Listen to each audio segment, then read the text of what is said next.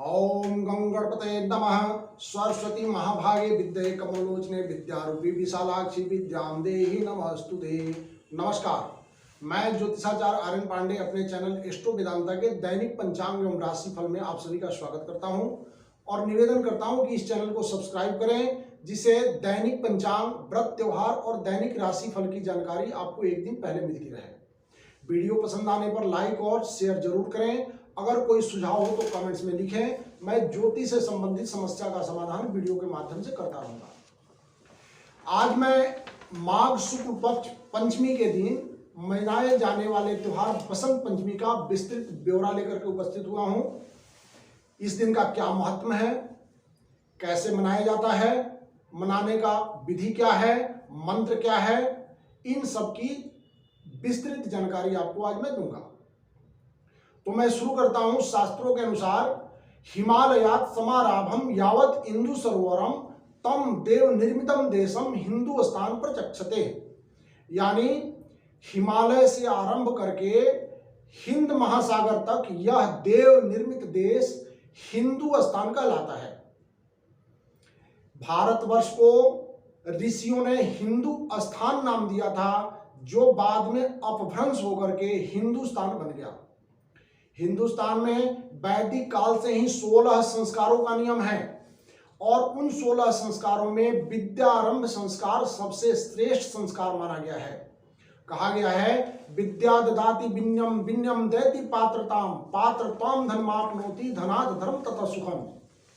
विद्या की देवी मां सरस्वती माघ महीने के शुक्ल पक्ष पंचमी को प्रकट हुई थी और इसी दिन बसंत ऋतु का आरंभ होता है। इसीलिए इस दिन को बसंत पंचमी और सरस्वती पंचमी के रूप में मनाया जाता है। बसंत पंचमी दो शब्दों की युति से बना है। बसंत अर्थात रंग या मौसम और पंचमी यानी 5 तिथि। बसंत पंचमी से 2 महीने के लिए बसंत ऋतु आरंभ होता है और इस 2 महीने में हिंदुस्तान में 5 मुख्य त्योहार मनाए जाते हैं। पहला, बसंत पंचमी के दिन ही ज्ञान की देवी मां सरस्वती का प्रकोत्सव मनाया जाता है और कामदेव के पुत्र बसंत का जन्म उत्सव मनाया जाता है। दूसरा, फागुन कृष्ण पक्ष त्रयोदशी के दिन महाशिवरात्रि यानी भगवान शंकर और माता पार्वती के विवाह उत्सव का आयोजन होता है। तीसरा, फागुन पूर्णिमा के दिन होली यानी रंगों का त्योहार होली, जिसको रंगोत्सव या बसंत उत्सव के नाम से भी जाना जाता है, ये बसंत पंचमी से ठीक 40 दिन के अंदर मनाई जाती है। चौथा, हिंदुओं का नववर्ष यानी श्री संवत का आरंभ भी चैत्र शुक्ल पक्ष प्रतिपदा से होता है, ये भी बसंत ऋतु के अंदर होता है। और भगवान श्री राम का प्रकोत्सव यानी श्री राम नवमी भी बसंत ऋतु के अंदर ही मनाई जाती है। इस प्रकार इस बसंत के अंदर हिंदुओं के 5 मुख्य त्योहार मनाए जाते हैं। देवी सरस्वती की उत्पत्ति बसंत पंचमी के दिन ब्रह्मा जी के कमंडलू से हुआ था, इसलिए देवी सरस्वती का प्रकोत्सव आज मनाया जाता है। और माता सरस्वती को बागेश्वरी, भगवती, शारदा, बीणा वादिनी, हंस वाहिनी, जगत व्यापिनी, बाग देवी आदि नामों से पुकारा जाता है। ये विद्या और बुद्धि की प्रदाता हैं। संगीत की उत्पत्ति करने के कारण ये संगीत की देवी भी कही जाती हैं। अतः आज के दिन मां सरस्वती की विशेष पूजा और अर्चना की जाती है। बसंत पंचमी को मां सरस्वती की मूर्ति की स्थापना होती है और विद्यार्थी माता सरस्वती से विद्या रूपी आशीर्वाद प्राप्त करने के लिए बसंत पंचमी के दिन व्रत रखते हैं। आज के दिन पीले वस्त्र धारण करके पीले फल और पीले मिष्ठान से पूजन किया जाता है। फल एवं प्रसाद माता को पीले रंग का ही चढ़ाया जाता है और पूजा करने के बाद उनसे ज्ञान और विद्या प्रदान करने के लिए प्रार्थना किया जाता है। प्राचीन काल से ही शिक्षा और कला से जुड़े कलाकार, कवि, लेखक, गायक, वादक, नाटककार और नृत्यकार सभी मां शारदा की अर्चना और वंदना करने के बाद अपने कला का प्रदर्शन करते हैं। मां सरस्वती का पूजन विधि और प्रार्थना करने का मंत्र ये मैं वीडियो के अंत में आप लोगों को बताऊंगा। बसंत की उत्पत्ति भी आज के दिन हुई थी, उसके बारे में भी बता देता हूं। तो आज के दिन कामदेव के पुत्र बसंत का जन्म भी हुआ था। बसंत को ऋतुराज, माधव, सुकुमार, मधुमास, ऋतुओं का राजा बसंत आदि अनेकों नामों से पुकारा जाता है। बसंत के आते ही प्रकृति का कण कण खिल उठता है, हर तरफ नई चेतना, नई उमंग से भरा हुआ वातावरण होता है, निगेटिविटी समाप्त हो चुकी होती है, चारों तरफ पॉजिटिव वातावरण होता है। बसंत के स्वागत में ऋतु में बहुत बड़ा परिवर्तन होता है। शिशिर ऋतु की समाप्ति और बसंत ऋतु की शुरुआत होती है। बाग बगीचों में बहार आ जाती है, रंग बिरंगे फूल खिल उठते हैं, पेड़ों पर नए कोमल पत्ते और फूल आने लगते हैं। आम के पेड़ों पर मंजरी लगने से वातावरण मोहक और मधुमेह हो जाता है। खेतों में सरसों के फूल सोने की भांति चमकने लगते हैं, जौ और गेहूं की बालियां खिलखिलाने लगती हैं, हर तरफ रंग बिरंगी तितलियां और भौरे मंडराने लगते हैं। इस तरह बसंत का आरंभ और स्वागत होता है। ऋग्वेद में भगवती सरस्वती का वर्णन करते हुए कहा गया है, प्राणो देवी सरस्वती वाजे भीर्वजिन्वती नीनाम त्रिवंतु, अर्थात माता सरस्वती परम चेतना है। सरस्वती के रूप में ये हमारी बुद्धि, प्रज्ञा तथा मनोवृत्ति की संरक्षिका है। हम में जो आचार और मेधा है उनका आधार भी भगवती सरस्वती हैं। इनकी समृद्धि और स्वरूप का वैभव अद्भुत है। बसंत पंचमी के दिन मुहूर्त की बात करें तो बसंत पंचमी को अनसूज साया और स्वयं सिद्ध मुहूर्त माना जाता है। यानी विवाह, गृह प्रवेश, दुकान खोलना, ऑफिस खोलना या भूमि पूजन जैसे कार्यों के लिए अगर कोई उपयुक्त मुहूर्त ना मिल रहा हो तो बसंत पंचमी के दिन ये कार्य बिल्कुल किया जा सकता है, किसी से पूछने की आवश्यकता नहीं होती है।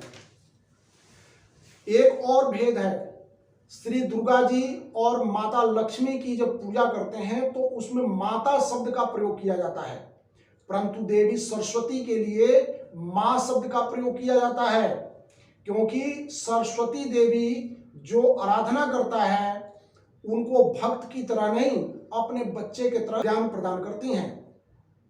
देवी पूजन और मां सरस्वती की पूजन और प्रार्थना की क्या विधि है ये मैं आपको बताता हूं।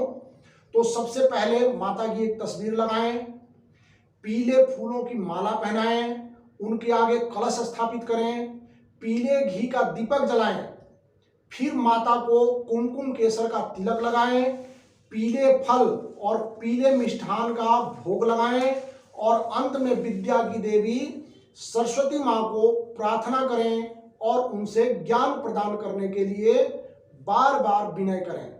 मैं आपको उसके लिए मंत्र बताता हूं। पहला मंत्र, या कुंदयेन्दु तुषार हार धवला, या शुभ वस्त्राविता, या वीणा वरदंड मंडित करा, या श्वेत पद्मासना, या ब्रह्मायुत शंकर प्रभुति भी देव्यै सदा वंदिता, सामा पातु सरस्वती भगवती निशेष जाड्यापहा, शुक्लांब ब्रह्म विचार सार परमयाद जगत व्यापिनीं, वीणा पुस्तक धारिणीं भैदा जाडंधकारापहम्, हस्ते स्फटिक मालिकां विदधति पद्मसने संस्थितां, वंदे तां परमेश्वरी भगवती बुद्धि प्रदां शारदां। दूसरा मंत्र लिखिए, सरस्वती महाभागे विद्ये कमलोचने, विद्यारूपे विशालाक्षी विद्यां देहि नमस्तुते। तीसरा मंत्र, ओम वीणा पुस्तक धारिणे श्री सरस्वती नमः। चौथा मंत्र, ओम श्री सरस्वती नमः। ये सबसे छोटा मंत्र है, अगर आप बड़े मंत्रों का पाठ नहीं कर सकते हैं तो ये सबसे छोटा मंत्र ओम श्री सरस्वती नमः, इसका भी जप या अनुष्ठान या प्रार्थना कर सकते हैं। माता सरस्वती की कृपा से मूर्ख कालिदास भी श्रेष्ठ विद्वान बन गए थे और कई प्रसिद्ध ग्रंथों की रचना की थी। इसीलिए प्रत्येक विद्यार्थी को देवी सरस्वती की आराधना अवश्य ही करनी चाहिए और माता का आशीर्वाद प्राप्त करना चाहिए, क्योंकि मनुष्य जीवन में सबसे बड़ा और सच्चा धन विद्या है। शास्त्रों में कहा गया है, न चोरहार्यम न राज्यहार्यम न भारतु भाज्यम न भारकारी व्यय कृते वर्धते एवं नित्यम विद्या धनम सर्वधनम प्रधानम।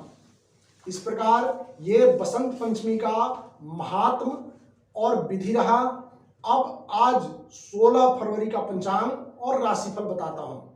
आज 16 फरवरी 2021 दिन मंगलवार, संवत 2077, साके 1942, रवि उत्तरायण रहेंगे। माघ शुक्ल पक्ष पंचमी तिथि है। आज सूर्योदय दिल्ली में 7:03 पे होगा और सूर्यास्त 6:07 पे।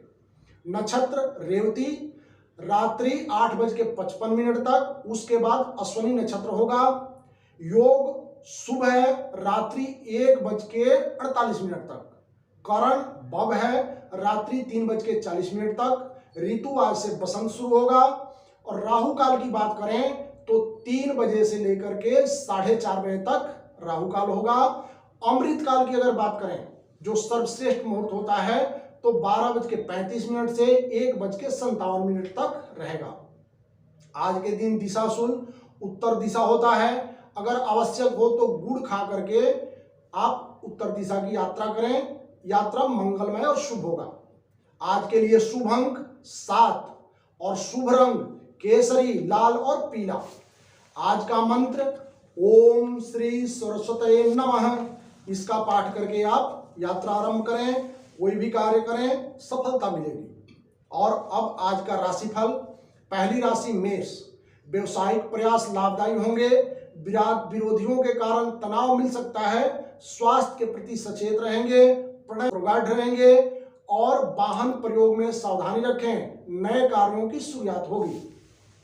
वृक्क, दूसरों के मामले में दखल देने से बचें। खर्च में कटौती करने से प्रियजन नाराज हो सकते हैं।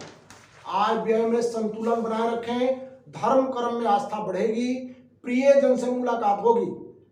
अब मिथुन राशि, लापरवाही या आलस्य नहीं करना चाहिए, अन्यथा नुकसान उठाना पड़ सकता है।